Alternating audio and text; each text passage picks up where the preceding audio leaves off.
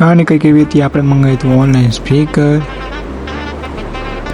સો hello દોસ્તો, આપણા નવા વિડીયોમાં તમારું સ્વાગત છે.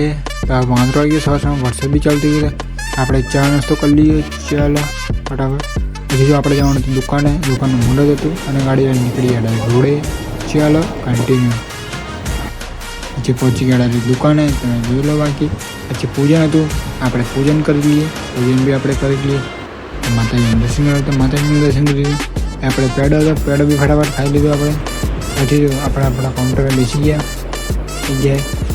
આવી મજા આવી. પછી શું આપણે લાગે કંઈ પ્રોડક્ટ મંગાવ્યું ઓનલાઈન, તે એની અનબોક્સિંગ કરી. ચાલો મસ્ત સ્પીકર મંગાવી લીધું. પછી તમે ભાઈ લેવા ગયા પડીકા, પછી ચાવાના હતા.